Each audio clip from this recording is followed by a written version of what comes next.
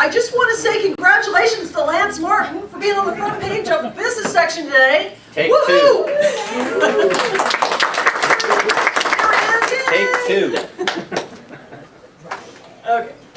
Oh, I hit it once. I should have hit it twice. My battery's probably dead. Yeah, right, just started. Okay, well, There you go. want to say thank you to Kathy Meisner. Oh, shoot. Sorry, oops. That's okay. It might be the wrong Name? slide. Want to say thank you to Kathy Meisner for bringing us breakfast this morning. Come front. Oh, I Are have you to going to come- dance, I Kathy? have or- to come up here, huh? Yeah, you gotta come up here. You gotta stand in front of Lance's I don't article. know, I'm kind of camera shy. Oh, yeah. Hi everybody, Kathy Lansford, Old Republic Home Warranty. Just had my 22nd year with Old Republic. Just wanted to remind you that I know that some of our competitors or prices are going up. We are not going to be going up, but it is always a good idea to keep a brochure, the newest ones in your desk, so you have the right prices and things like that. Don't forget you guys are a Crust E&O office. And what that does for you is if there's any type of litigation or anything, they try to battle it before anything comes up. And if they do go to court or anything, they pay $2,500 of your deductible. If you have a normal transaction, not an REO, they also pay $25,000 for your seller in attorney fees. That's kind of nice. February 17th, our comedy night filled up in one day. So we opened another night, so if you'd like to come, that's March 9th. I'll leave some flyers in the office. It's a great night out, so come on out, bring your spouse or girlfriend or boyfriend or whatever and have some fun. Seller's coverage. So you just had a home inspection and everything's working, or what's not, you get fixed or whatever, and a month or two later you close escrow. Remember, you don't have coverage between that time, so we get a lot of calls from the homeowners. They move in, and the first time they go to use something, it's not working, but it worked on the home inspection 2 months ago. So all you have to do is when you have a home inspection, throw seller's coverage on there. It's only 97 cents a day. That includes the air conditioning now. If you don't close, you don't pay, even if we replace the water heater. I'm in a meeting. Or so if we did work and it doesn't close, you don't pay. So that's kind of nice. But it really covers you for that time from the inspection until it closes. Okay? Don't forget we have NHDs. We hired Barbara Moody. She was with another company, so we have her with a job. So hopefully she'll come in and do a class or something for you guys. We get a lot of requests on warranties for 2 years. Yes, we can do that. Call Nikki or I personally. We can get you a 2-year home warranty for your clients if that's what they want. The last rain, Nikki and I got a lot of roof coverage calls. And of course, they didn't have roof coverage and they wanted to add it. So if they have a problem, we can't add it. But it's a good idea to get that roof coverage on there. It is limited, but it does cover up to $1,000. A lot of repairs can be done, under the $1,000. So think about roof coverage in the next few months, especially if you're worried about the roof at all. And don't forget we have pest control. We have ants, crickets, roaches, mice, spiders, black widows, earwigs. That's all included in the plan, so that's kind of nice. I did notice that a lot of homes are closing these days without a home warranty. You probably want to reduce your liability if the bank or the seller's not paying. You might want to push a little bit harder to try to get the buyer to get that on there, so when they move in, they don't have that big expense of the heater and air conditioners. Because there's so many new laws with air conditioners and heating systems and water heaters. So, but I appreciate your business. Anytime you have any questions or need any troubleshooting, let me know. And don't forget, we have a lot of marketing tools. I just brought some short sale door hangers in. So if you need anything like that, let us know. Thank you.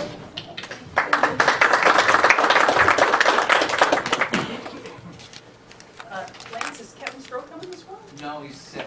Oh, fine. Okay. I don't have a whole lot for you this morning. I got a couple of things that I wanted to go through. Because Lance has got a whole lot of stuff because he was in CAR meetings last month and all kinds of goodies to bring in.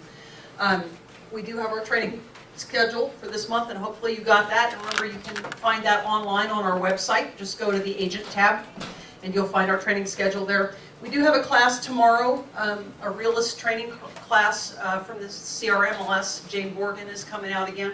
So if you'd like to see that class, come to it tomorrow at 1 o'clock. Lance is picking up his classes. There were a couple that were postponed from January, so we got 3 more of his classes this month. And we've got, we are starting, then we will start our, we'll go back to our basic training classes starting in March. we'll have Norm back, and he'll start that series again. So you got a couple pickup classes this month, and then March, we're back into it. So, and then don't forget, it's not too late. At the end of February, the last day of February, starts our Coldwell Banker Convention in New Orleans. And we got convention packages for $3.99. So you have time right now to put something into escrow that will close before February 28th. Get some last-minute airfare and go to the convention, because it's always a really good thing, always very informative, good information, lots of fun. Lots of fun. Way too much fun. So. And I don't know if any of you actually look at the calendar that I send out, but I put a block there in the upper right-hand corner about prospecting, because if you're ever stuck and you don't know what to do, if you ever have a couple of hours and you just kind of go, okay, I need to do something, there's a whole bunch of things for you to do. So, and how many of you have that problem that you don't have anything to do? I don't either. Yeah, Dwayne, you have that problem all the time, I'm sure. Anyway, okay. It's his birthday. Yeah, it's your birthday. Happy birthday, Dwayne. Thank you. Yeah, there's Jen Blue. We have a new agent, although I don't see her this morning. Heather, are you here anywhere that I don't see you? New agent just hired in yesterday or the day before. Her name is Heather Anderson. She's brand new to the business. So when you meet Heather, make sure you give her a hearty welcome. Kevin Stroh's sick. Let's talk about awards for the month of January. So, our top listing agent for the month of January, not here. She just got back from vacation yesterday. I missed her. It was Leandra Shepard. Leandra took 3 listings in the month of January. Congratulations, Leandra. Let's see who I got next. Oh, got her there. Diane Aronov. You know, I just keep Diane's name on the same slide every month, and I just change the month. Which, you know, I remember when I first got into the real estate business, I remember my manager giving out awards every month, and I remember being kind of like bummed out because I never got any awards. Back then, Al Rocha and Ken Nutter and Jeannie Opeka got all the top awards in my office at Great Western and later at Tarbell. And I just wanted to beat those guys so bad. And there came a time then when I started getting my name up there too. So if you're ever disheartened by me doing awards, remember that if you work hard enough, you'll get there. So it's a matter of wanting to do it and then doing it. Anyway, Diane Aronov had 6 sales in the month of January. Yay, Diane. She just stepped up. And our number 2 sales agent in the month of January with 5 sales. 5 sales in the month of January, not too shabby a month. Danny and Teresa Delgado. Hard work pays off. And one more. Top closings in the month of January. Our closings were pretty much spread across the board, but we had one person who closed 4 transactions in the month of January. Guess who that was? Diane Aronov. And so, just one other thing I wanted to mention. You know, we've changed our store hours here, in case you hadn't noticed. The receptionist is only here till 6 o'clock on weeknights instead of 8. Phone wasn't ringing a whole lot after 6 o'clock. Not a whole lot of walk-ins at that time, so she's only here until 6, and then on Saturday and Sunday, she comes in at 10, so a little bit later. So anyway, those are our changes for this month, and that, you will be pleased to know, is all I have today, because I'm going to put Lance up here. Now when I get to be on the front page of the business section, then I'll talk. Oh, I should probably go back to that. Good morning, everybody. Good morning. How are we doing? Who got my email yesterday? Who's replied to my email yesterday? Replied this morning? Okay, good. Good. I sent out 170 some odd emails yesterday. Oh, look at that. Look at us. I've only had this thing the whole time. I should have used this before.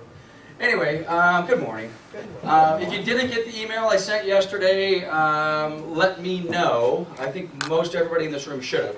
And that's going to ask Shelley if I could take a few minutes, out of actually a little more than a few minutes at this morning's meeting. There's a couple things I want to go over. But first with the email, I sent an email that basically said I wanted to kind of get your guys' pulse on what's going on in the market, okay?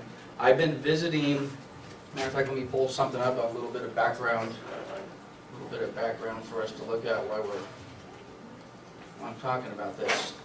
Most of you who have been in these meetings for any period of time are very familiar with my chart. And this chart is a tale of two markets, okay? And if you're bored to death of these, then get used to it, because I look at this stuff all day, every day, and I'm trying to reconcile what this chart says with what you guys are saying, with what I'm hearing in Redlands and Claremont and Covina, okay? So before I get into the meat and potatoes of this, since the middle of December through about the second week of January, with the holidays and all the rest of that, I've been all over the place. I've been in New York. I want to talk to you a little bit about the Inman Conference and tell you what was going on there. I've been to the CAR meetings down in Indian Wells. I want to tell you what was going on there. But more importantly, I've been in these offices a lot, and specifically right after the holidays, I've had a lot of agents, unsolicited, coming to me saying, "Oh my God, Lance, things are so busy. Oh my God, Lance, the market seems to be changing," okay? And I'm really trying to reconcile that with, is that just, I don't want it to be one of these things where it's the first of the year and we got a New Year's resolution, and what does everybody do after the first of the year? They want to get in shape a little bit, and they want to go to the gym, and when you go to the gym, the first, second week of January, all of the machines are all filled up, and you can't get anything, and then you go the first week of February, and guess what? It's dead, okay? So, with that analogy in play, when I have people come up to me the first, second week of January, real estate agents, saying the market is great, everything is good, there's a huge buzz out there, I'm a little suspect. And my suspicion is, are these the same people who are going to the gym the first couple weeks of January and then don't go to the gym for the rest of the year? Now, having said that, let me just put these, well, let me hit the chart first and then we'll get the numbers. The red, blue, and green lines are inventory. This is all of CRMLS. The red line, for those of you who have been paying attention, what's the red line? Active listings. What's going on with our active listing inventory? It's going down. Is that good or bad? It's bad. Okay. Now the good news, which seems to confirm the reports that I've been hearing, and by the way, I've talked to Ryan and Ryan's dad Ed a little bit, and if what your dad's telling me is true, you guys are pretty damn busy the last month or so. And he says just a little bit. Your dad seemed to be, are you joking or you? I was joking. December was the largest month in the history of the company. Wow. Did you hear that? Wow. December, largest month in the history of the company, loan originations. Now I don't know how much of that was refis in relation to purchases, but largest month in the history of the company. Not too bad to be a Hoffman today. Okay? But having said that, bring this back into our world. This little blue line, which granted is small, the blue bar on this chart is pending sales for open escrows. Okay? If you go back for the last 2 years, I don't think, let me actually pull up the numbers. The numbers for pending sales in January were 9,086 units, and you'd have to go all the way back to April of 2010 before you had 9,000 units. Open escrows. January. CRMLS. Is that good or bad? That's good. We're selling houses. Now, I don't know how many of these are going to stick, because if I run this exact same report a month from now, this number is going to change a little bit. Okay? They tend to adjust a tad. Okay? So it's more than likely it's going to drop below that $9,000 or 9,000 unit number. But bottom line, there's a lot of people that were at least saying that they were open in escrows in the month of January. Okay? And then our closings were off though. Did we feel like we had a good closing month in January? Well, whether we felt it or not, maybe a few of you did. The closing numbers actually were pretty tough. 5,800 units total CRMLS compared to December. Now, granted, I just ran this report just a few minutes ago. But having said that, today's what, the 8th? 8th of February?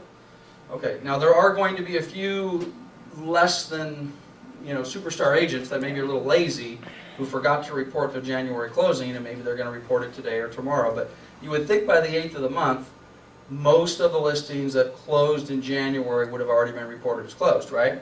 So assuming that that's accurate, this closed number is kind of tough, okay? Because basically we only closed 5,800 units. We closed 7,300 in December. Brian, you have a question? Isn't that the same pattern we had last year? It's similar, but if you go back to December of last year, December, It's the same. well, but the unit number, the pattern may be similar, but we closed 7,400 units in December last year. 7,300 this year. No. I'm sorry, I'm talking Oh, I'm sorry, you are correct. Brian, look at the pattern guy.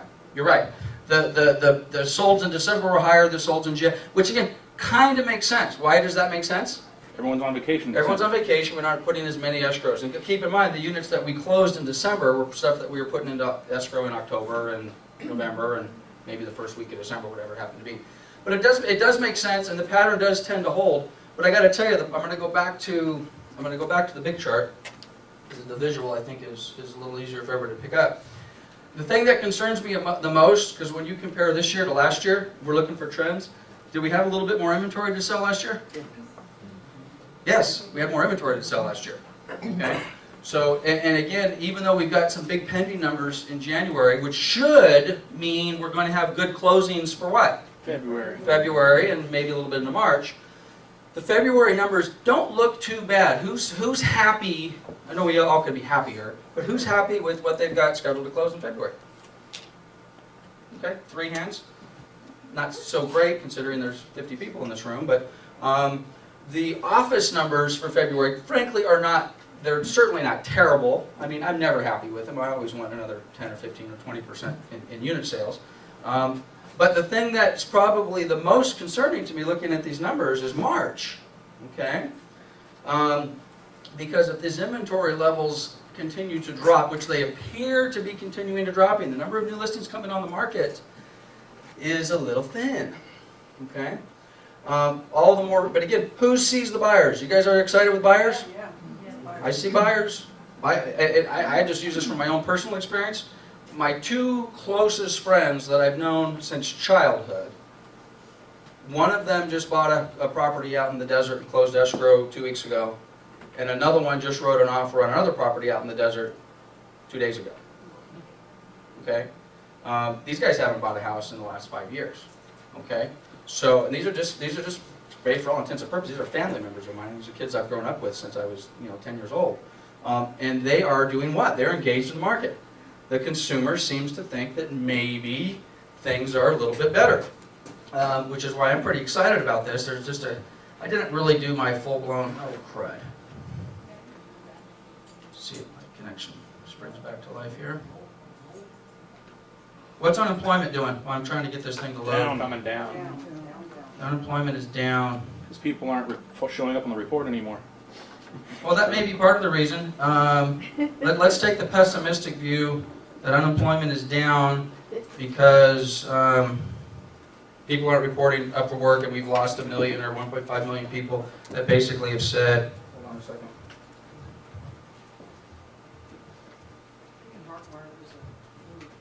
Nah, I'm trying to get into my terminal server.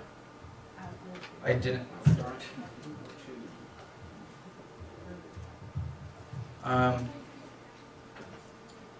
Okay, let's just suppose for a minute what Brian said is true, and it is true. The unemployment numbers are down because there basically are less people that are applying, and people have checked themselves out of the marketplace, right? Right? Okay. I don't care. I don't care, and the reason I don't care is because seeing stuff like this Positive effect. makes people feel good. From around. Okay? Unemployment was at 9.1% a year ago, not even that, 7-8 months ago. Remember when we sat in this room, I put up the thing from Chris Thornburg, and we've got it on video, and we're like, Chris Thornburg has lost his bloody mind. What's he doing? He's got unemployment dropping like a stone. What's happened since, and again, I hate to keep coming to this guy because it's getting almost embarrassing. What has unemployment done? It's dropped from 9.1 to 8.3 in about 7 months. And his projections have unemployment continuing to drop well below 8% by November. And again, we're not going to get political here, whether that's good or bad for whoever you are voting for in November. I don't really care. but it's good for our real estate market, okay? The perception in the public, just looking at my two buddies, they want to buy a house. There is confidence in the marketplace that wasn't there before. And if you guys, which is partially why I sent that email out yesterday, because let's see, it's been so long. Anyway, that's partially why I sent that email out yesterday, because I want to try to confirm if you guys are feeling the same thing. Are you or is it just that January, let's go to the gym feeling, which wears off by February, and now we're kind of in the same boat? That's not what I'm hearing. You know, again, I've been in every single office, you know, multiple times. I have agents come in this office as well, coming up to me and saying, "Wow, this is crazy. The phone's ringing off the hook. Got buyers coming out of the woodwork." Okay, so with that in mind, I want to bring something to your attention that we've talked a little bit about before, and it has to do with inventory. Okay, I am really optimistic this year. I mean, I have not been this optimistic as it relates to what our real estate market is doing in a long time. It's been probably 3 years. As a matter of fact, I think in the last sales meeting, I stood up and said, this is the first time in a long time I really truly feel confident if I were as an agent, I could turn around and I could look a buyer in the eye and say, "Hey buddy, I think now's a good time to buy." And I just did that with two of my friends. I represented them as buyers. Do you believe that? I don't represent buyers. Okay? Now granted, these were friends of mine, but when they said, and one of them who's been asking me for 3 years, when should I go out and buy a house? And I have said for 3 years, not now, be patient. Not now, be patient. Not now, be patient. Well, he just closed escrow on a property in La Quinta a week ago. Okay? $525,000. Not a chump change piece of property. I don't really know what the value of that was, but it was probably $1 million house, 3 years ago, whatever it happens to be. But I can turn and look at him in the eyes and say, you know what? I think you should sleep pretty good with this purchase. Okay? So with that in mind, this is what's kind of got me, this is what's on my radar. So I want to lay the foundation. I am really optimistic for this year. I think this could be the year we turn the corner, our market gets stronger, and we all actually make the money that we're all capable of making this year. Okay? I said this a year ago, and I'm going to say it again. If your personal goals do not include you doubling the amount of sales in 2012 that you did, and for most of you, that is not saying much. Okay? For most of the people in this office, that means instead of selling 2 houses, you're going to sell 4. Okay? So when I say if your personal goals do not include doubling your unit sales, then I think you need to go back and take a look at your personal goals. Now, if you close 15 or 20, I still think your personal goal should be to double your unit sales, because I think the market is poised to do that. I have one concern, and this is why I asked Shelley to let me get on my soapbox a little bit this morning. Okay? This is it's impossible to read. I'll read it to you, but I'm going to give you the background on this. This is an ad that has not basically been published yet. Matter of fact, I'm not even supposed to show this to you. But this is an ad that's going to be put out, something similar to this anyway, by the California Association of Realtors. And they're putting it out for the following reason. We have talked in this meeting about Fannie and Freddie and bulk sales, right? And we've talked about the rental restrictions coupled with those bulk sales, right? Right. Okay. When I went to the Inman News Conference in New York, and if who's getting Inman News? It's a daily blog, it's free. Okay, if you're not getting it, get it. I used to forward it out to you guys on a daily basis. Most of you blocked me because you didn't want me to give it to you anymore. And then Brian said, stop spamming these people who are getting on red lists or black list or some list we're not supposed to be on. But subscribe to it yourself. Inman News is a real estate blog. Okay? They do 2 conferences a year, one in New York and one in San Francisco. About 30% of their content has everything to do with real estate, has to do with us. Another 30% is techie, which is why I like to go. I can see what's going on from a technology standpoint. Another 30% is market forecast type stuff, and then about 10% of their conference is just a grab bag of nonsense. Okay? I'm in New York, January 7th, or 3rd or 4th, whatever the heck it was. The very first panelists that come up at the Inman News Conference are talking about what? Bulk sales of REO and rental restrictions. I'm sitting 2 rows behind Joel Singer, who is the CEO of California Association of Realtors. He's the boss that we pay to kind of run our show. He's our paid gun, so to speak. And I'm sitting on the edge of my chair as they start to discuss this. This is within the first 5 minutes of the conference starting. And they're talking about bulk sale REO and the rental restrictions. And guess what their take on that was? You think they thought it was a good idea or a bad idea? This is a real estate conference, by the way. Anybody other than Shelley? No opinion? Wake up, guys. They thought it was a good idea. Okay? Oh boy. Who said oh boy? Janet, was that you? Oh boy. I said oh boy. The blood drained from my body. I broke out into a cold sweat. And I said, oh boy. These guys think this is a good idea. Then I immediately grabbed Joel by the back of the neck and said, did you just hear what I just heard? These guys think this is a good idea. We don't, and we haven't done anything about it. The next day, a separate panel was up, and guess what they were talking about? Bulk sale. Talking about the exact same thing. Talking about bulk sale and rental restrictions, and guess what they thought? They thought it was a good idea. Good idea. Okay? Now these people are from all over the country. And the logic is, we have a foreclosure problem, right? Right. We have a shadow inventory problem, right? Properties are stuck in the system, right? They're not getting out of the system, okay? The thought was, well, this will at least do what? Flush them. It'll get them out of the system. It'll get them off Fannie and Freddie's books. We won't be hearing any more about shadow inventory. We won't be hearing any more about tsunamis. We won't, and in effect, it'll get these properties off of Fannie Freddie books. And it's not just Fannie Freddie, by the way. It's all, it's FHA. It's not that there's a lot of VA stuff, but it's FHA. It's all of the government-sponsored financing programs that are out there, and it gets them off the books. So, to be honest with you, I freak out. And I'm freaking out because, going back to this, what's our problem here in Inland Empire? We don't have enough houses to sell, Right. okay? We need more, I don't care what they are. Short sales, bank owned, whatever it happens to be, we need more inventory to sell. We don't have enough inventory. So anyway, we go back to the California Association of Realtors meetings 2 weeks later in San Diego, I don't know where that came from, in La Quinta, or Indian Wells. And finally, we get the attention of the California Association of Realtors leadership, and we say, hey guys, which by the way, CAR's position on bulk sales and rental restrictions is what? Who knows what it is? Well, if you can read this, we are against it. Okay? Now. Yeah, thank you, Brian. I tried to get some action taken on this last September, and everyone thought, well, geez, Lance, I don't know what you're talking about. This isn't going to be a big deal. And now here we are in February. And anyway, 2 weeks ago, CAR passed a motion that basically says we are officially going on record that we think that the bulk sale program and the 5-year rental restriction program is a bad thing. Now, there's a problem with that. And by the way, this is the ad that you may see in the newspaper, and I'll just read it. Well, let me see if I can blow this up a little bit, because I don't think I'm even going to be able to read it. This is. I'm curious, if you don't know anything about this, I'm wondering if for the first time seeing this ad, whether it has any impact on you. Another gift to Wall Street. This time it could be your home.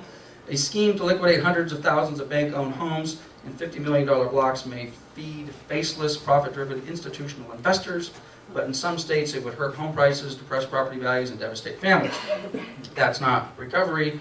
It's wrong. The current community, every community is unique and should be treated that way. In California, there was low inventory and a stabilizing market. Most bank-owned properties sell within 60 days. Wall Street doesn't need another gift, yada, yada, yada. So anyway, the gist of this is to attempt to educate the public and the regulators and the legislators that bulk selling these properties is bad. Okay? Now, I know for most of you have already heard this, but I'm going to give you my 60-second, description of what this is again. Okay? We have an inventory. Oh, by the way, where are they proposing to lay out these programs? Hardest hit areas. Hardest, Brian. I'm going to put a star on you. Hardest hit areas. If you look at all the articles that, again, and if you're not subscribing to Inman and DS News and Housing Wire and all these other real estate related blogs, you need to start looking at this stuff because this is your business. And the proposal basically is, we are going to roll this out in the hardest hit areas. Would we qualify as a hardest hit area? The hardest. Okay. And there may be areas in this country that say, okay, and everyone always picks on Detroit. That seems to be completely unfair, but let's just pick on Detroit. If this program is suited for a community like Detroit or the suburbs in Detroit, then so be it. But my concern is that when I see articles that talk about quoting the FHFA, okay, that's the agency that's controlling Fannie and Freddie and HUD and all the rest of those right now, and they say we're going to roll these out in hardest hit areas, I feel like we have a bullseye right on our chest, which would basically mean these properties would be sold in bulk, which by who has investors? This is what really frustrates the heck out of me. Who has had a heck of a time getting an investor offer accepted on a Fannie or a Freddie because of the First Look program, and basically have been kind of felt that their investors are second-class citizens and need not apply, right? I see a lot of hands going up, okay? Frustrating, right?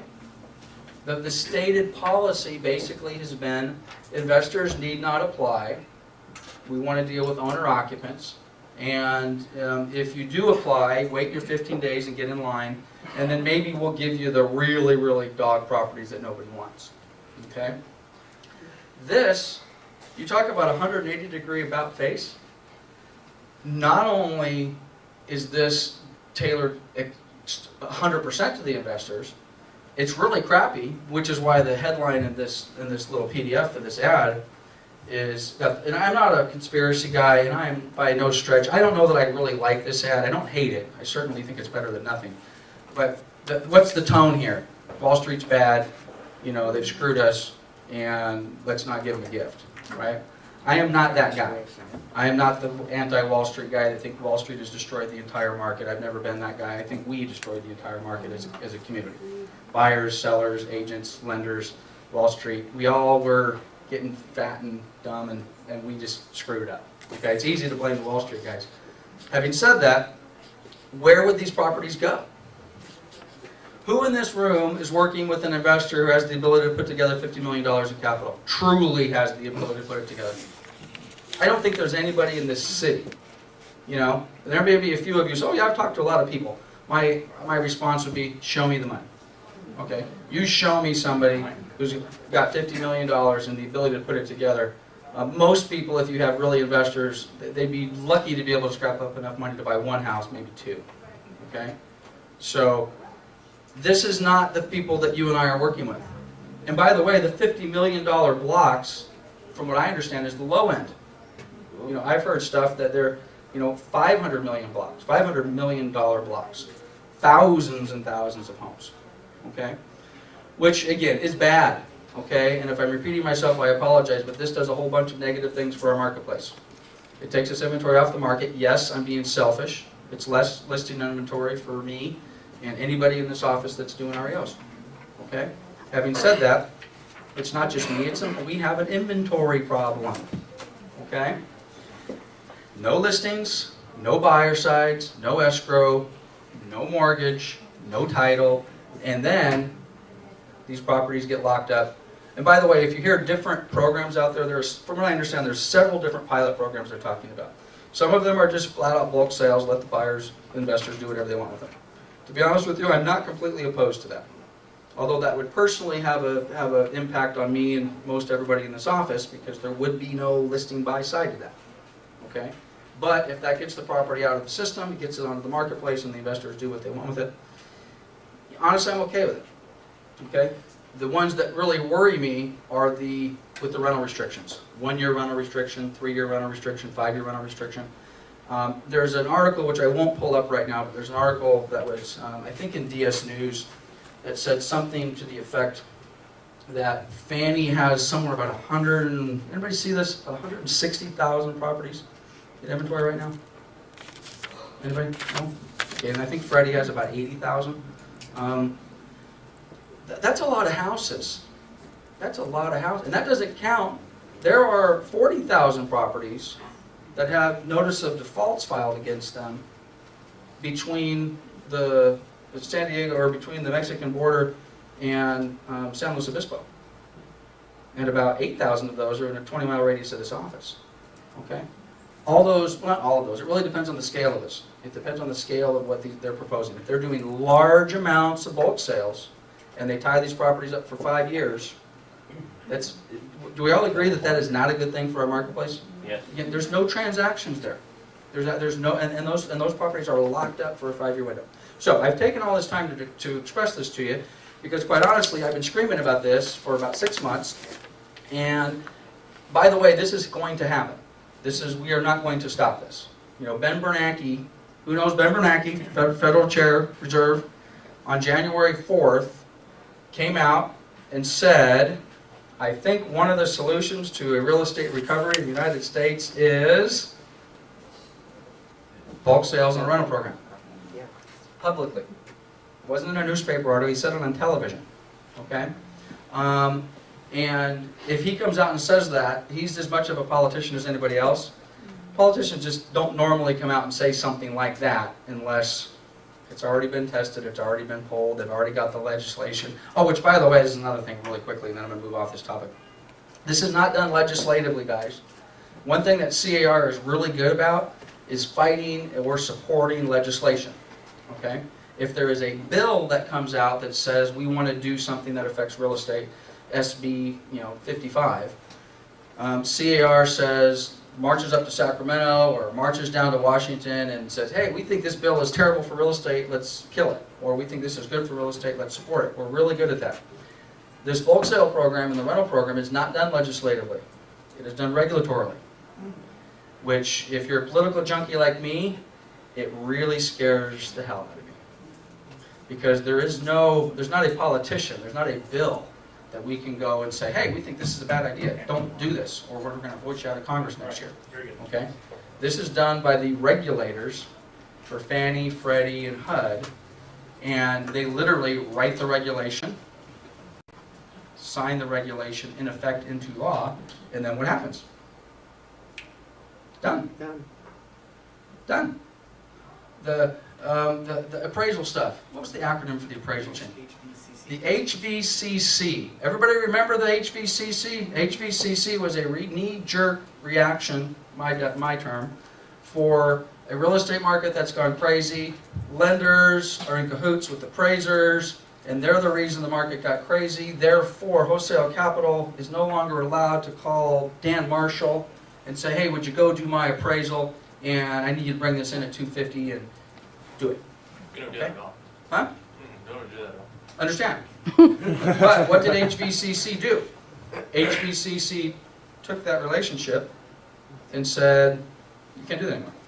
You now have to go to a, whatever, I don't even know what they call it. Appraisal man. Appraisal management, there you go. Appraisal management company. They pick somebody out of a hat and there you go. Was there a law that said we're going to do this? No. Was there a bill? No, this was done by regulation. So whether you think it's a good idea or a bad idea, my only point being is it was just done. And I can tell you a few people, or at least most people that think it was a terrible idea, frankly, are the lenders and the appraisers. How would you like to, who knows Dan Marshall? Okay, Dan Marshall's been appraising in this town for as long as I can remember. I've been here for 20 plus years, he's been here for 20 plus years. Great appraiser, and great relationship, developed relationships with every agent and lender and everybody who could give him business. And then with the stroke of a pen, how'd you like to be an appraiser?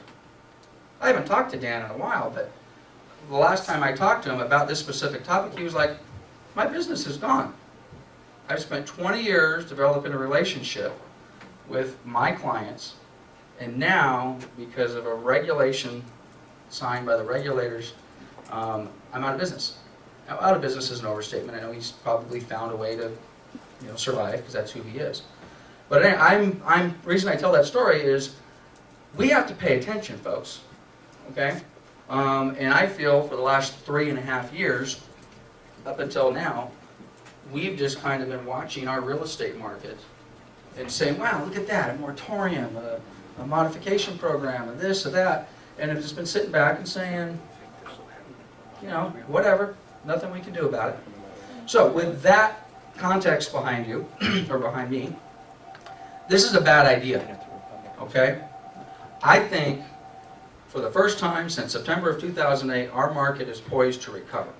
I am so optimistic about this coming year. But if this happens in large scale, all of my optimism leaves. Okay? Because we have an inventory problem. You think we got a problem now? What are most of the transactions what are we doing right now? Most of our transactions are distressed. REO short sale. Okay? If we're going to take significant numbers, and again, this is a big if they're only talking, by the way, Fannie and Freddie are doing this already. Okay? This is not new. Fannie's been doing this for 2 years. Small scale, bulk sales, and rental restrictions on properties. Been going on for 2 years. If this is done in large numbers, my fear is that this red line is continuing to get smaller.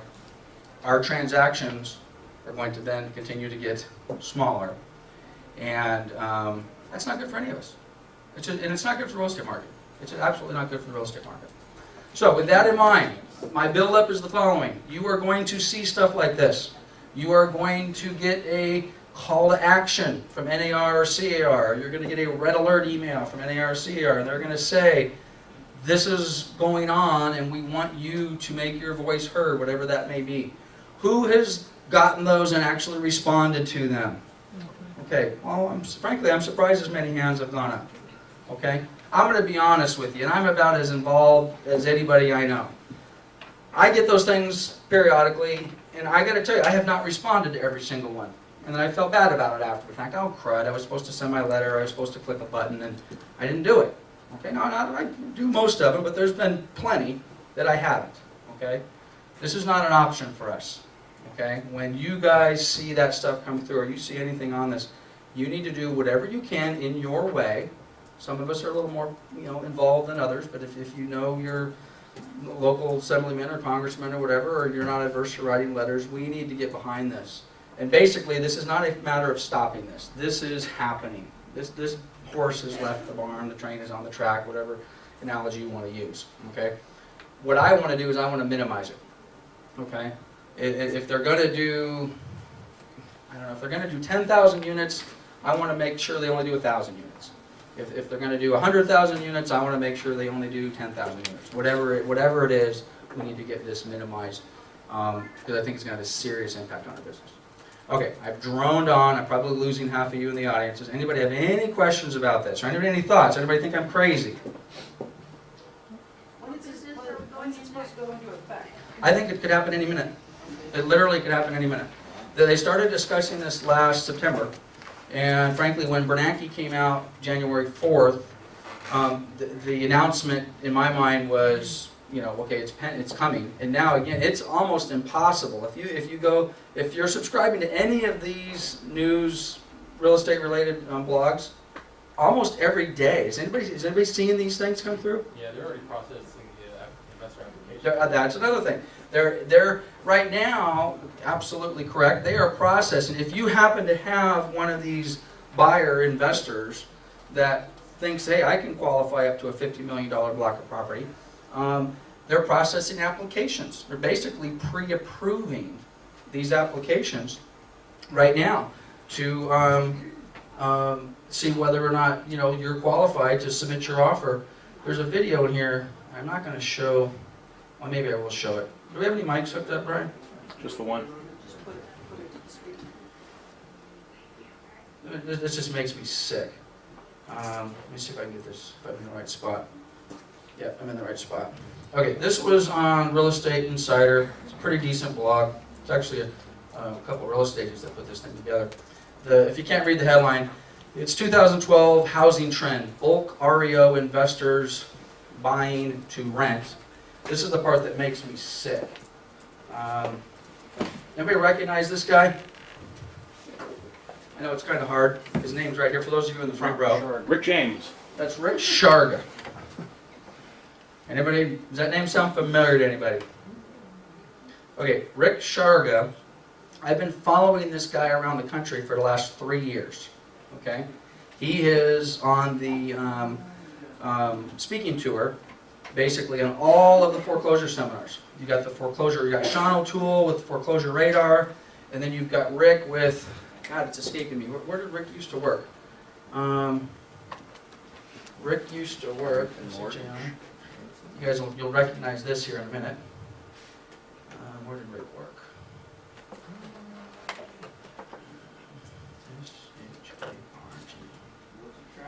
Realty Track. Thank you, Drew.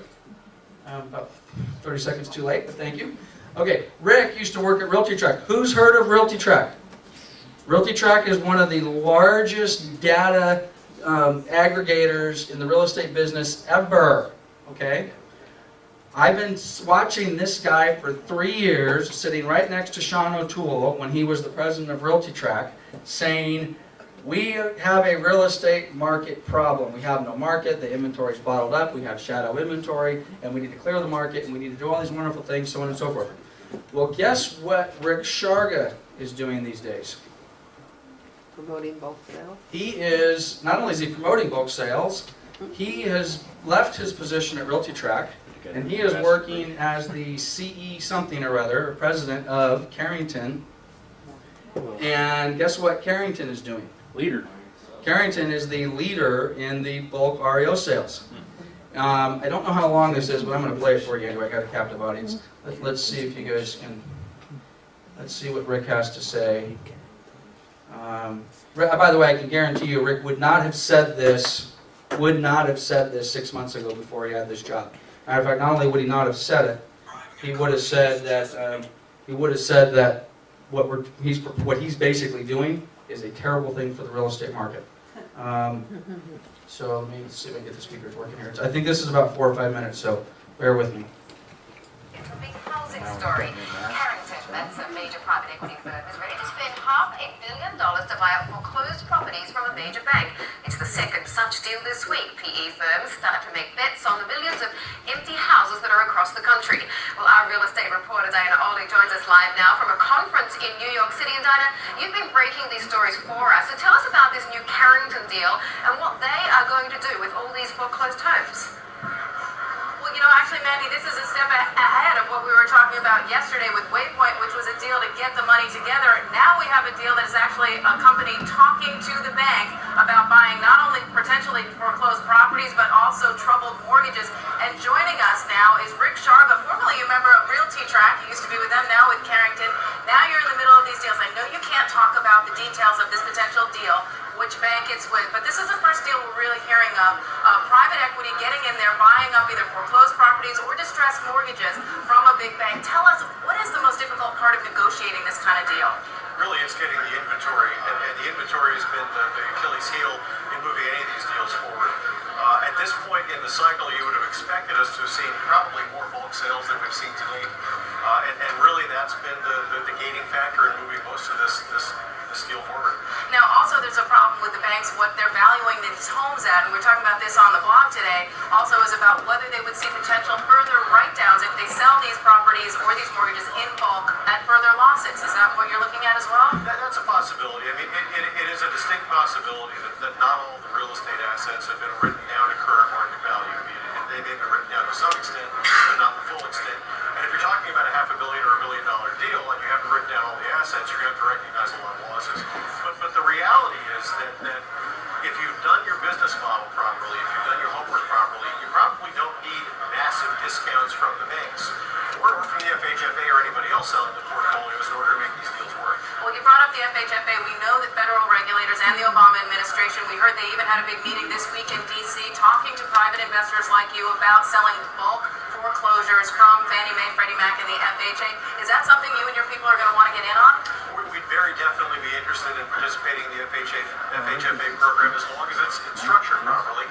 We think it makes a lot of sense in terms of stabilizing the housing market and providing opportunities for rentals for homeowners who have been locked out of this current market. And you expect big returns on that from the rentals? Yeah, you expect a reasonable return on a year-over-year basis for your investors. You're probably not talking double-digit returns necessarily, but you are talking reasonable returns. And then at the end of the cycle, when home prices have appreciated, another return when you sell the properties off. Okay, I know the anchors want to get in on some questions here. I'll let them talk to you. Hey, Rick, it's Brian Sullivan. Listen, are you meeting any populist resistance on see people saying, look, here you got these private equity firms, Wall Streeters, whatever, destroyed the housing market. Now they're trying to come in to pick up the scraps. Yeah, it's, you know, there are a lot of consumer He would've said activist that. groups that aren't happy with the notion of financial institutions coming in and participating here. The reality is most of the people who are involved in the decimation of the market are no longer in the market. And it's probably just not a smart thing to try and throw a blanket over the whole financial services industry, because that's where the capital is going to come from for the recovery. Rick, another thing we were talking about yesterday with Waypoint was the fact that they have a lease rewards program. In other words, eventually... I'm just gonna stop that right there, because I think I'm having a stroke. At any rate, I liked this guy up until I saw that, because he is so full of crap. And again, you hear me talk about Christopher Thornburg a lot, and Sean O'Toole. I put this guy right in that category because he understands what's going on with the market. He knows that there's a problem with the market, and up until him taking his position with Carrington, he would have said, although he would have said getting the inventory out is a good thing. Okay, he never would have said bulk selling it and locking it up into a rental program is a good thing. But now he's got a job which basically pays him to do that. And you talk about someone who's well positioned. You know, it's a former CEO of Realty Track. That's a big deal. If this guy doesn't look familiar to you, it's because you just don't watch the financial news. Okay, he's on CNBC and MSNBC and Fox Business News all the time. This guy's been on television a couple times a month for the last 5 years talking about the ills of a real estate market. Yep. And doing that, I mean, are they thinking of renting to these buyers, to the tenants for like a 2-year while they recuperate on their credit and being able to buy? Well, that's part of the problem. If you were really paying attention, and I've watched this video 6 times, so let me point out some of the tidbits that you may not have. And by the way, if you want to see this, go to Real Estate Insider News. This was posted January 14th. Okay, you can find it on Real Estate Insider News. One of the things that he had indicated was there is a problem for people basically getting into housing post-foreclosure. Is that true? Do we have a problem with people finding a house to rent after they've lost their house to foreclosure? No. I've got 50 vacant rental properties right now. 50. Okay? I bet probably at least 50% of all the properties that we've rented in the last 2 or 3 years have been people that have been coming out of some sort of a distressed asset problem, coming out of a foreclosure. Okay? We have no problem renting to these people. Okay? I mean, they got to have a reasonable job. We know their credit's going to be blasted. We know they had a problem with their mortgage. But as putting on my property manager hat, which by the way, I don't like this for a lot of reasons. I don't like it for us because this is a reduction in unit sales for us if this happens. But I also don't like it from putting my property management hat on.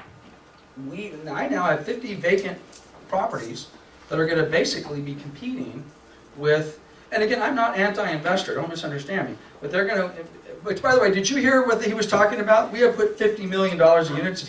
He said $500 million to $1 billion. Okay? $500 million to $1 billion pools of property. What percentage of a discount are these people going to be buying these 50 properties cents. at? Cents. I don't know whether it's going to be 30 cents on the dollar or 60 cents on the dollar, but I can guarantee it ain't going to be 70 or 80% on the dollar. It's going to be significant discounts. Okay? The question was, well, what's the return on investment going to be to the investors on the rental side? Did you hear what he said? Well, it certainly won't be double digit. 9.9. Who's getting double digit returns on their rental investments right now? Nope. Nobody gets double digit returns on their rental investment right now in this market. Very few. Okay? Just the fact that he said it won't be double digit indicates, but he did indicate it was going to return a positive investment for these investors. Who do my 50 individual landlords now competing with? They're competing with large institutional investors who just bought properties for 30, 40, 50 cents on the dollar. Their ability to rent that property for even 10% less substantially undermines not only my rental owner clients, it undermines our entire marketplace. More foreclosures. Foreclosures. So when he talks about it in those terms, it just slays me. And it also partially, one of the reasons, there's 2 reasons that I can kind of understand. Actually, one of them I can't. There's one reason I can understand is why they want to do the rental restriction. Why have we not released all of these tens of hundreds of thousands of properties to foreclosure? Why have we not done that in the last 3 years? Hurt the market. It's going to hurt the market. The tsunami comes on the market collapses, the world ends, and therefore, game over, okay? So the thought being is if they bulk sell all these properties, they're trying to eliminate the problem. One thing would go away, we'd have to rename it, but we'd have to rename the shadow inventory. Instead of the shadow inventory being on Fannie Freddie's books, the shadow inventory would now be the shadow rental inventory. And we'd all be wondering, okay, well, after 5 years from now, sometime in 2017 or 2018, are we going to be inundated with a lot of these investors who have said, okay, we've got the properties at a discount, we've rented them, got a return on investment, the market is now stabilized, and now we're going to do what? It's time to sell. So we have a 5-year blackout window, no transactions. And then in 5 years from now, then we have this, what do we have? We have basically the same exact flipping problem that we have today, except now it's a question of, they're not going to come on the market as foreclosures, they're going to come on the market as basically tenant-occupied rentals. Isn't that going to have a similar impact of just too much supply for the rental inventory now? Maybe. The prices are going to be unsustainably low? Maybe. I don't know. Even at 50 cents on the dollar? I don't know. We've seen a 70% drop in property values in this city, right? June 2006, median price in this city was 300 and, I don't know what the heck it was. I was selling crap for $320,000. Crap. Okay? We've seen a 70% drop. We're, across the board. The sun is out. Grass is relatively green. Cars are driving down the street. Gas stations are open. We're struggling. Market's been tough, but we're alive. We're doing it. We've kind of hit our bottom, and but that's the fear. The fear is you cannot have a 70% drop in property values across the country because the world would end. So they prefer to sell this to investors as opposed to working with the actual homeowner? I mean, they're willing to sell This plan is, and it's not just investors. These are not the type of investors that are going in to see Ryan's investor seminar, okay? I would assume that most of the investors that have been going to WCC's investment seminars over the last couple of years have been people that are maybe buying 1 or 2 properties. I would imagine the bulk of them are 1 and 2 properties. Maybe you get a big-time guy who's going to buy 20 or 30 properties in a year. But that's not this. Right. These are huge numbers. So, and by the way, I'm not anti-investor. Gosh dang, I want all the investors. If you want to sell these to investors, let's put them all on the market. Let's sell them one at a time. Let's sell them one at a time. Because if you look at our property management pool, we have probably 500, 450 owners that we rent from right now. All of those owners, with maybe the exception of 5% of them, they're us. They have 1 rental property, and they're doing everything they can. They're hanging on by their fingernails to hang on to that rental property. And most of them are not landlords by choice. Most of them are landlords by circumstance. Divorce, job transfer, they got fired, the market's bad. They really, if they had any other means, they would not rent the property that they've got. It's in our house, in our rental stock. They can't afford to compete with this type of stuff. So at any rate, I apologize. I've gone way. I told Shelley I needed like a half hour. I think I've done almost 45 minutes just on this. So what's the answer then? Okay. Well, the answer is this is what CAR is doing. Going back to put that little little thing on the screen. CAR, which forget it. I'm not going to pull it back up. CAR is doing a lobbying campaign and a print ad campaign to the public, basically getting the public aware that we as realtors think this is a bad idea, and we want the public to feel that as well. I want my landlords to know that. Quite honestly, if I was a homeowner or a small investor, I would say, hey, I'm a small investor. You're cutting me out. I've written hundreds of offers on Fannie Mae properties, only to told, you can't have it because you come in with a 15-day first look, and we're not interested in selling to investors. But we will sell to those guys over there who have $500 million. It's bullshit. I mean, I don't mean to be vulgar, but it's bullshit. Okay? It's downright wrong. Okay? You've got our landlords over there, and I've told this story before. This has happened many times in the last 2 years. I have a vacant property. Andre owns it.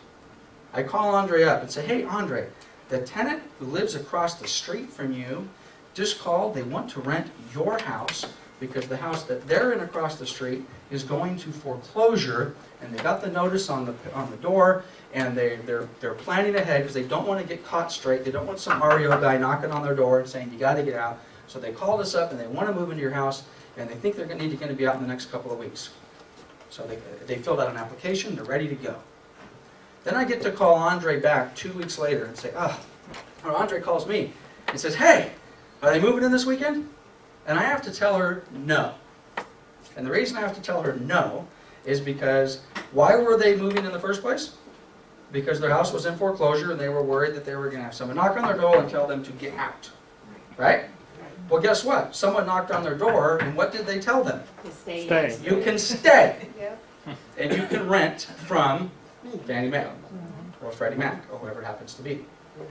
And now, private John Q. citizen Andre has a vacant property that she's holding on to with her fingernails trying to get this thing rented, is now competing against the federal government for a tenant. Is that right? No. Guys, this is ridiculous. And it's just so blatantly obvious to me. I just can't imagine that we're letting this happen to us. And this is 10 years, not even 10 years ago, 3 years ago. 3 years ago. If I had knocked on someone's door and they had begged me to stay, could I please stay? Let me just rent it for a month or two, or God forbid a year. That was laughable. The thought of me going back to Fannie Mae or the bank and saying, they'd like to stay and rent for a little while.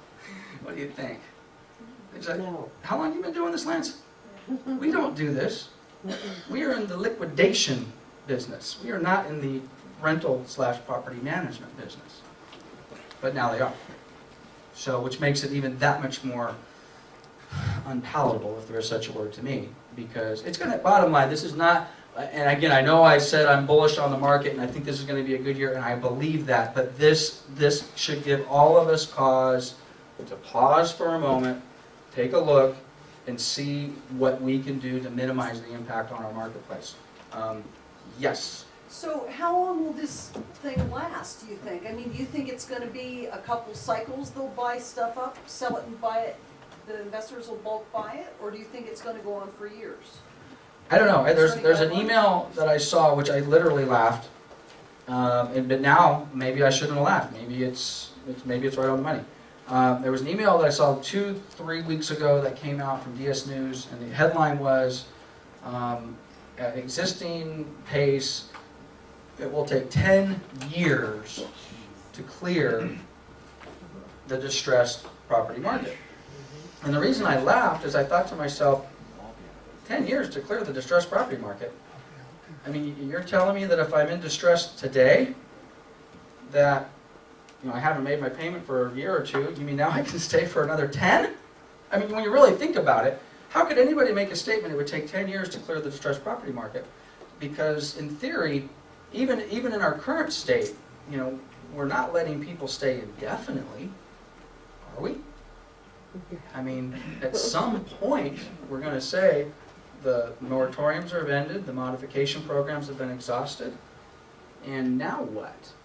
So, I mean, I can't imagine, I could imagine, who would have thought, in 2006, which is for me when this thing started, we're talking 5.5 years ago. I can remember sitting down with David and Debbie in 2006 saying, we should have this all cleared out in a couple, 3 years, get back to business. Certainly by 2010. By 2010 it's going to be done. Guys, we haven't even started. Seriously, we haven't even started to address this problem.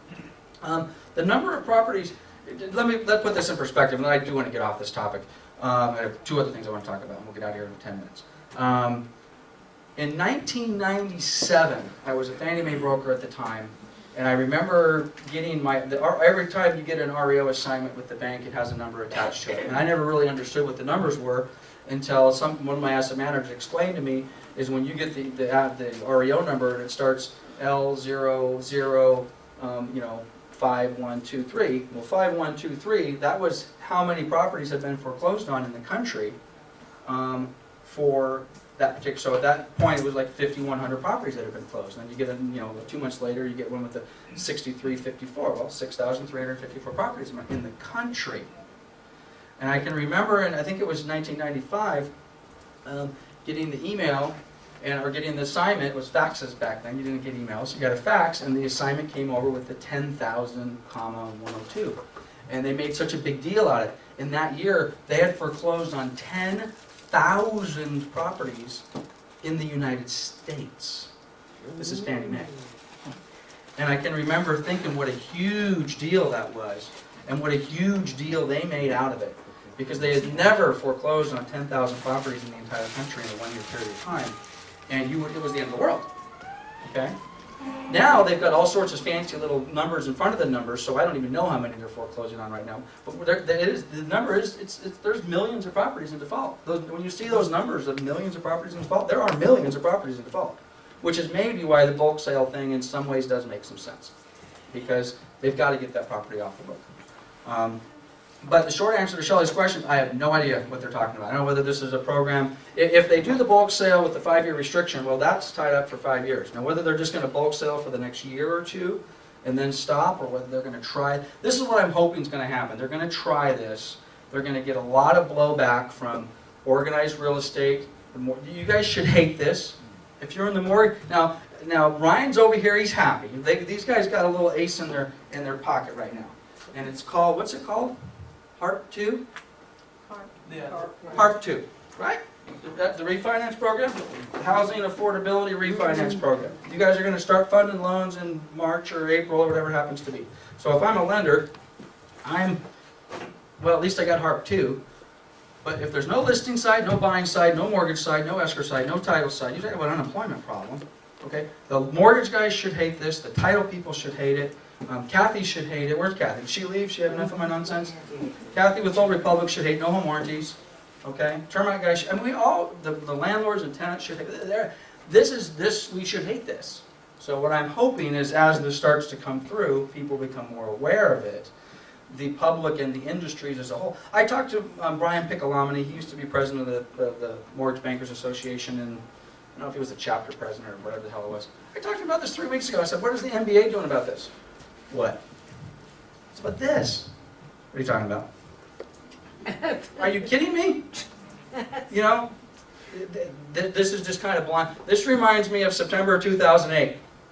September 2008, we were kicking butt. The market sucked, but if you looked at these numbers in September of 2008, when you looked at this chart, let's just pretend September of 2008 is here. These red lines were doing what? Going through the roof. The blue line was doing what? Going up. And the green line was doing what? It was all going up. More properties on the market, more units sold, more escrows closed. Now we were scared because property values were doing what? Property values were dropping like a stone. We were not happy. Our commissions were getting smaller. But what were we doing? Making up a volume. We were selling properties. Okay, I have the chart somewhere, and this thing it's like a rocket ship. And you could sit back and say, the market is tough, property values are declining, but we are clearing the market is working, and we're selling some units. I guarantee you, had we not done SB 1137 September through 2008, number one, I think we'd be through this market, but I'm going to make it even a larger guarantee, which I could never prove. Tarbell Realtors would still be in the city of Moreno Valley. Prudential California would still be in the city of Moreno Valley. And half a dozen other companies that have closed their doors would still be in business. Now, we'd be lamenting about the good old days of, $400,000 sales prices for, 300 square foot piece of garbage, but we'd be selling properties. Okay? I can pretty much guarantee you I would not have acquired Redlands, Claremont, Covina, or Santa Ana. Wouldn't have done it. Because the reason I acquired those folks are going out of business. Right? Not enough unit sales. These numbers were going through the roof. My fear is that what this could do is this could make this chart trend downward, which would not be good for any of us. Especially given there's a lot of reasons to be optimistic. I got to tell you, this market is exciting me. Okay? It really is. There are some reasons to be excited about what's going on out there. So, I'll take one more question on this, and I'm going to, 2 other things, and I am done. Yes. I just wanted to say, there's always an open window of opportunity when something like this happens. And I can't see investors, as the rental market gets looser and looser, and rental values start coming down, I don't see the investors continuing to buy these big blocks, because I don't think it's gonna be a huge advantage to them. The other thing that I wanna say is, the opportunity for us is listings. You need Yes. to take short sale listings, because if you have listings, you'll be able to double end them. You'll have stuff to put your buyers into. So if you're looking for buyers, why are you looking for buyers? Look for sellers. Yep. Instead of advertising for buyers, advertise for sellers. Learn how to take short sale listings and take lots of them, and you won't have to worry about it. That's right. That's spot on. Absolutely spot on. You've got to be a short sale listing king. And for those of you that don't like it and want to continue to work with your buyers, and if you're having success with it, fine, then you continue to do that. But I'm telling you, you need to go out. We're doing a class today, which, by the way, apparently I'm seeing your broker doing training classes is not very impressive, because I've had an audience of like 2, maybe 4. So maybe you're waiting for it to come out in my 8-disc set. But we're doing a class today on open houses. Now you may sit back and oh, but I don't know how to do an open house. I would suggest none of you know how to do an open house. Okay? So get engaged. Come to my training class. I challenge you to come to my training class today at 3 o'clock. Okay? But you got to get engaged. And Shelley's right. You've got to go out and grab these listings. They're out there. Just ask Diane. Yeah. Did you see Diane? No. Leave me alone. That's the one thing about being a great agent in an office like this. People point to you as an example, and you're like, no, don't do what I'm doing. Don't do it. It doesn't work. All that hard work and effort doesn't work. Those short sales that I'm closing, I only closed 4 of them this month. It doesn't work. Don't do that. Guys, this business is not that complicated. Okay, having said that, this is the link from our website. Let me back up a little bit, just so you understand how to get there, because we do have some new agents here. If you go to coldwellbanker.com, if you go to our website, which you can get to in various fashions, you can go to pioneerrealestate.com, you can go to cbpre.com, you can go to cbmarinovalley.com, you can go to cbredlands.com, you can go to a whole bunch of cbus.coms, get to our website. I'm going to pretend that I am a consumer, and I'm going to go to the Find an Agent button, and it's going to bring up our Find an Agent page. And I want to look for somebody, oops, a little bit fast on the scroll bar, and I want to find an agent in Moreno Valley.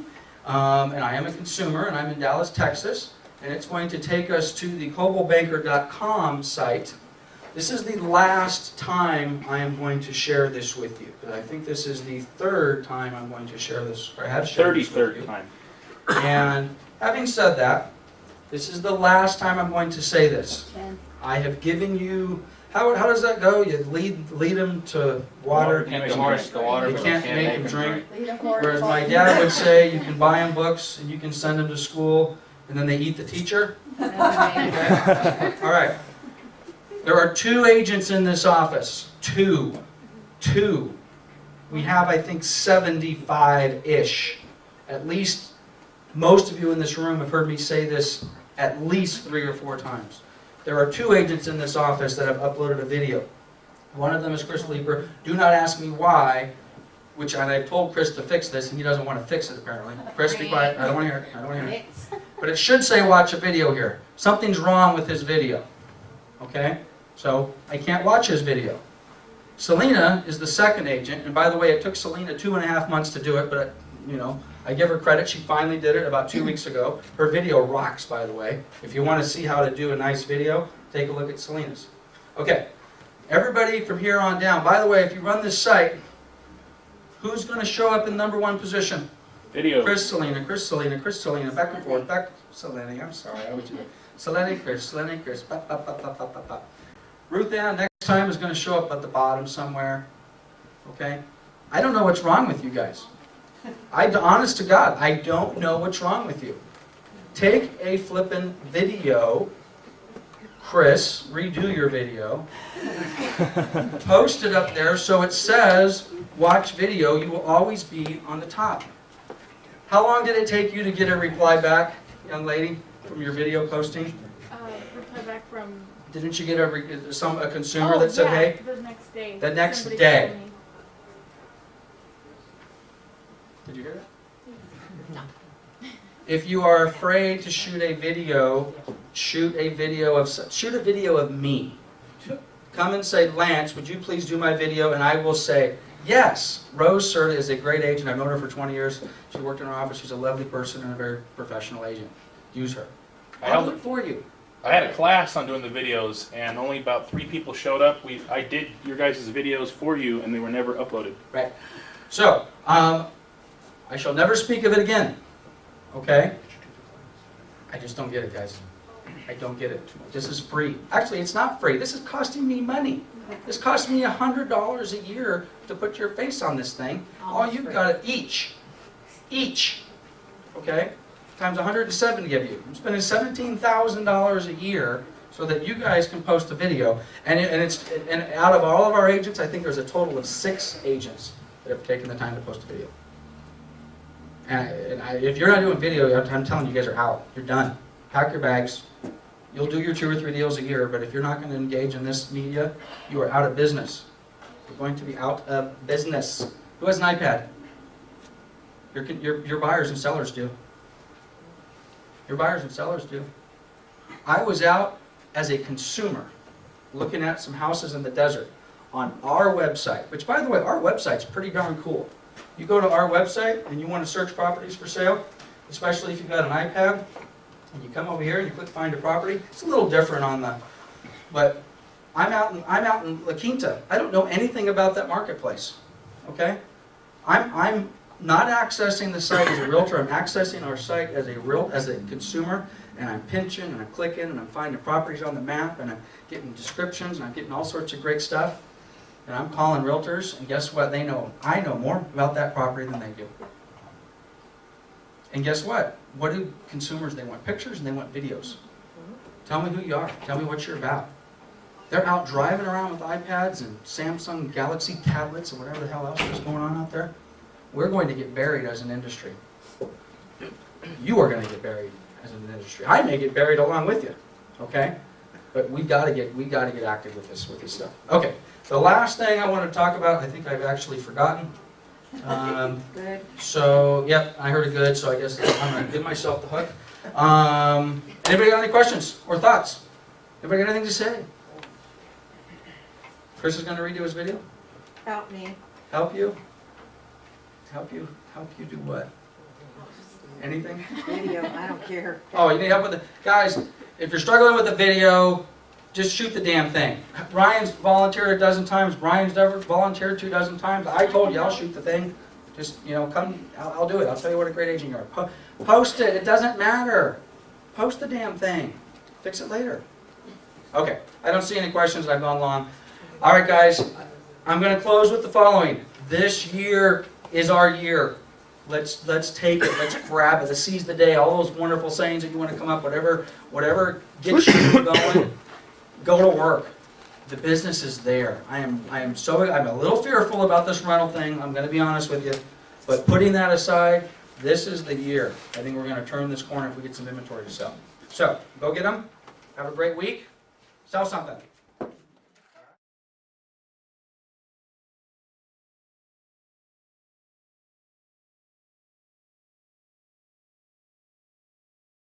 Across the board, but we had one person who closed 4 transactions in the month of January. Guess who that was? Diane Aronoff.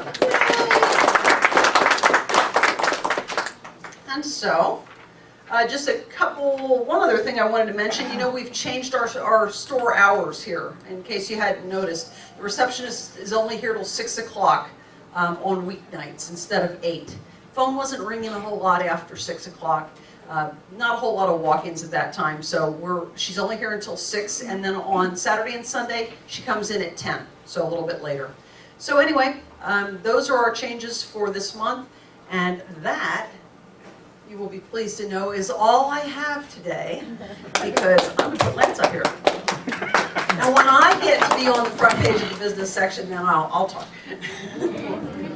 Oh, I should probably go back to that.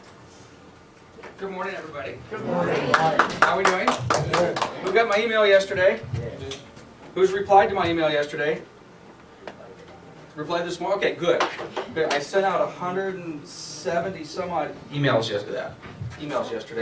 Oh, look at that. Look at us. I've only had this thing the whole time. I should have used this before. Anyway, good morning. If you didn't get the email I sent yesterday, let me know. I think most everybody in this room should have. And that's going to ask Shelley if I could take a few minutes, out of actually a little more than a few minutes at this morning's meeting. There's a couple things I want to go over. But first with the email, I sent an email that basically said I wanted to kind of get your guys' pulse on what's going on in the market.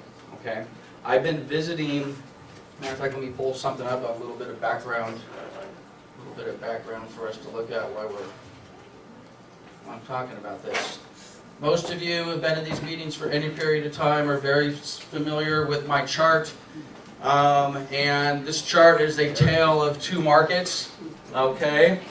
And if you're bored to death of these, then get used to it, because I look at this stuff all day, every day, and I'm trying to reconcile what this chart says with what you guys are saying, with what I'm hearing in Redlands and Claremont and Covina, okay?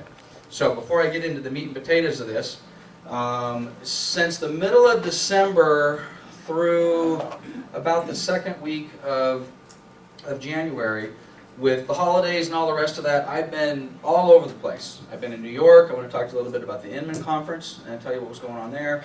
I've been to the CAR meetings down in Indian Wells. I want to tell you what was going on there. But more importantly, I've been in these offices a lot, and specifically right after the convention, because it's always a really good thing, always very informative, good information, lots of fun. Way too much fun. So.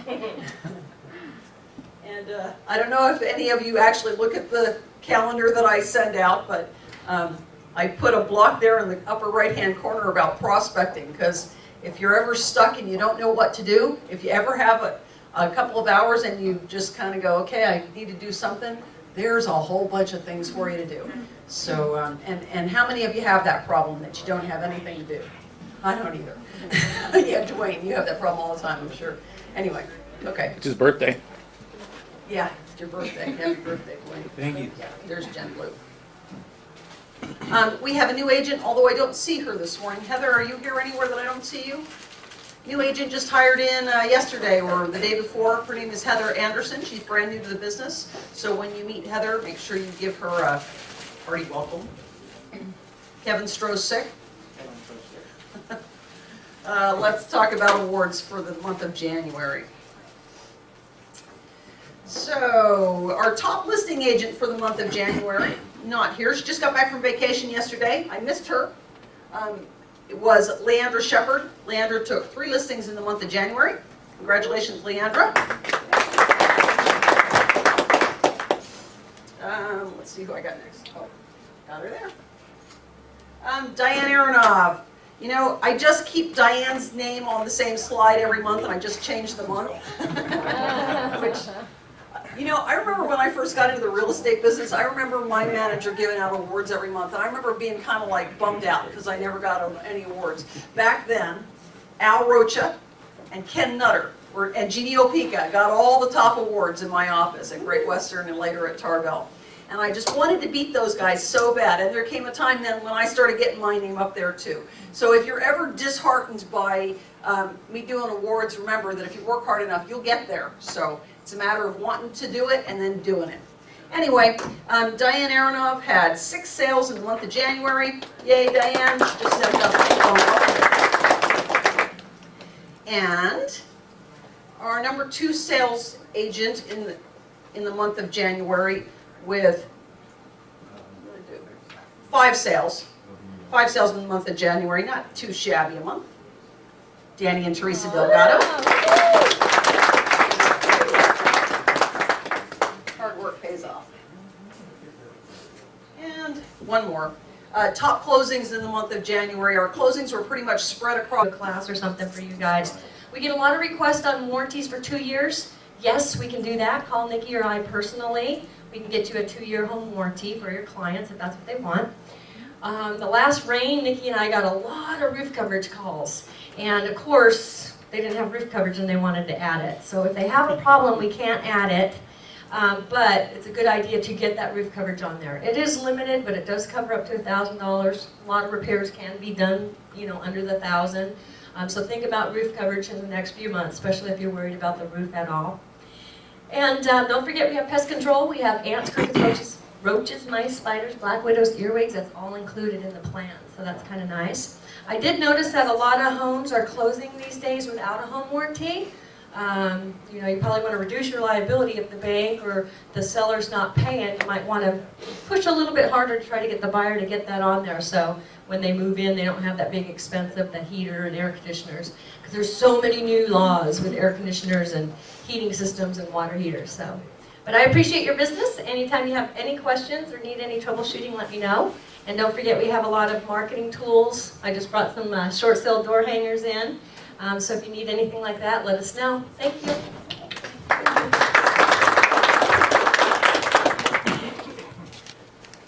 Lance, is Kevin Stroh coming this morning? No, he's sick. Oh, fine. Okay. I don't have a whole lot for you this morning. I got a couple of things that I wanted to go through. Because Lance has got a whole lot of stuff because he was in Sierra meetings last month and all kinds of goodies to bring in.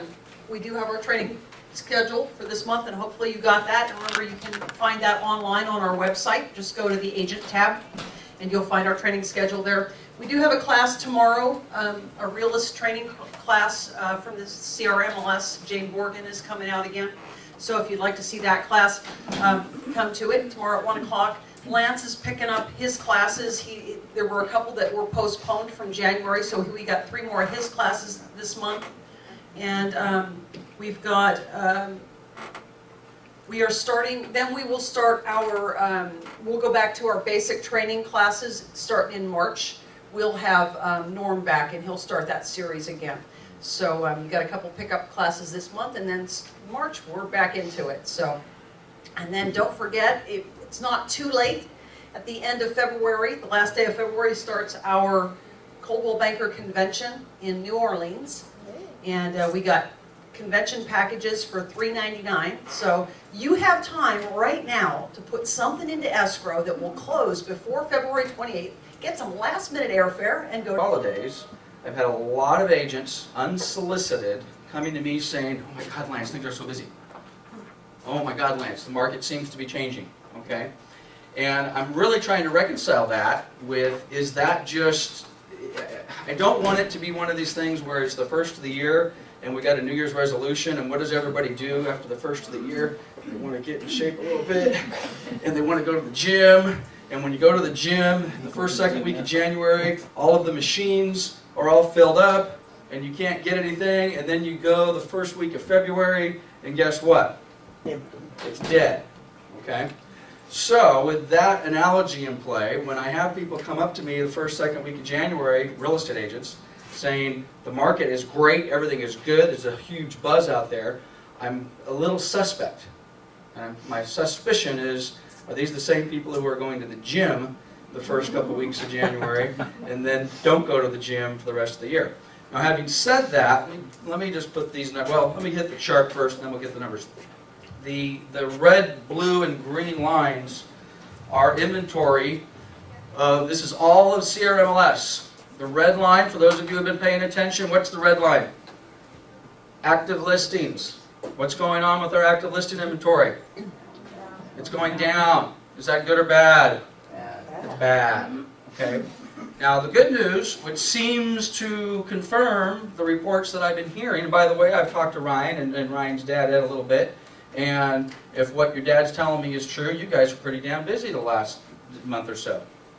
And he says just a little bit. Your dad seemed to be, are you joking or you? I was joking. December was the largest month in the history of the company. Wow. Did you hear that? Wow. December, largest month in the history of the company, loan originations. Now I don't know how much of that was refis in relation to purchases, but largest month in the history of the company. Not too bad to be a Hoffman today. Okay? But having said that, bring this back into our world. This little blue line, which granted is small, the blue bar on this chart is pending sales. So open escrows. Okay? If you go back for the last 2 years, I don't think, let me actually pull up the numbers. The numbers for pending sales in January were 9,086 units, and you'd have to go all the way back to April of 2010 before you had 9,000 units. Open escrows, January, CRMLS. Is that good or bad? That's good. We're selling houses. Now, I don't know how many of these are going to stick, because if I run this exact same report a month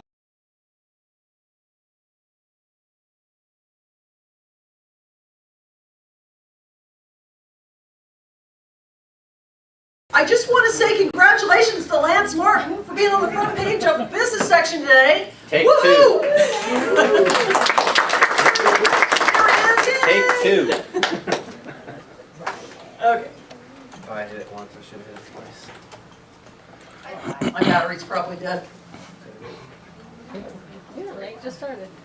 Okay, well, There you go. want to say thank you to Kathy Meisner. Oh, shoot. Sorry, oops. That's okay.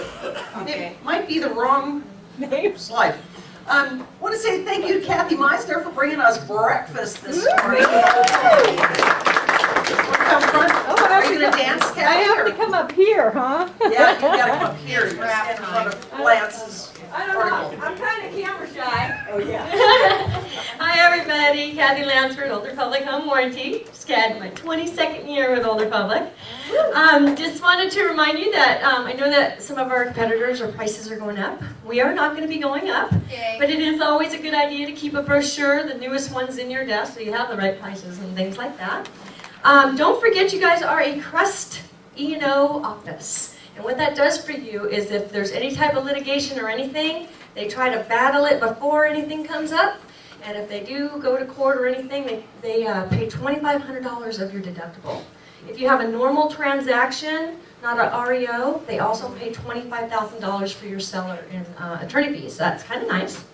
February 17th, our comedy night filled up in one day.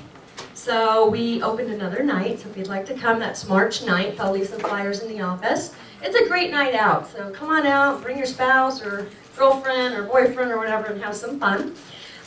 Seller's coverage. So you just had a home inspection and everything's working, or what's not, you get fixed or whatever, and a month or two later you close escrow. Remember, you don't have coverage between that time, so we get a lot of calls from the homeowners. They move in, and the first time they go to use something, it's not working, but it worked on the home inspection 2 months ago. So all you have to do is when you have a home inspection, throw seller's coverage on there. It's only 97 cents a day. That includes the air conditioning now. If you don't close, you don't pay, even if we replace the water heater. Or so if we did work and it doesn't close, you don't pay. So that's kind of nice. But it really covers you for that time from the inspection until it closes. Okay? Don't forget we have NHDs. We hired Barbara Moody. She was with another company, so we have her with a job. So she'll come in and do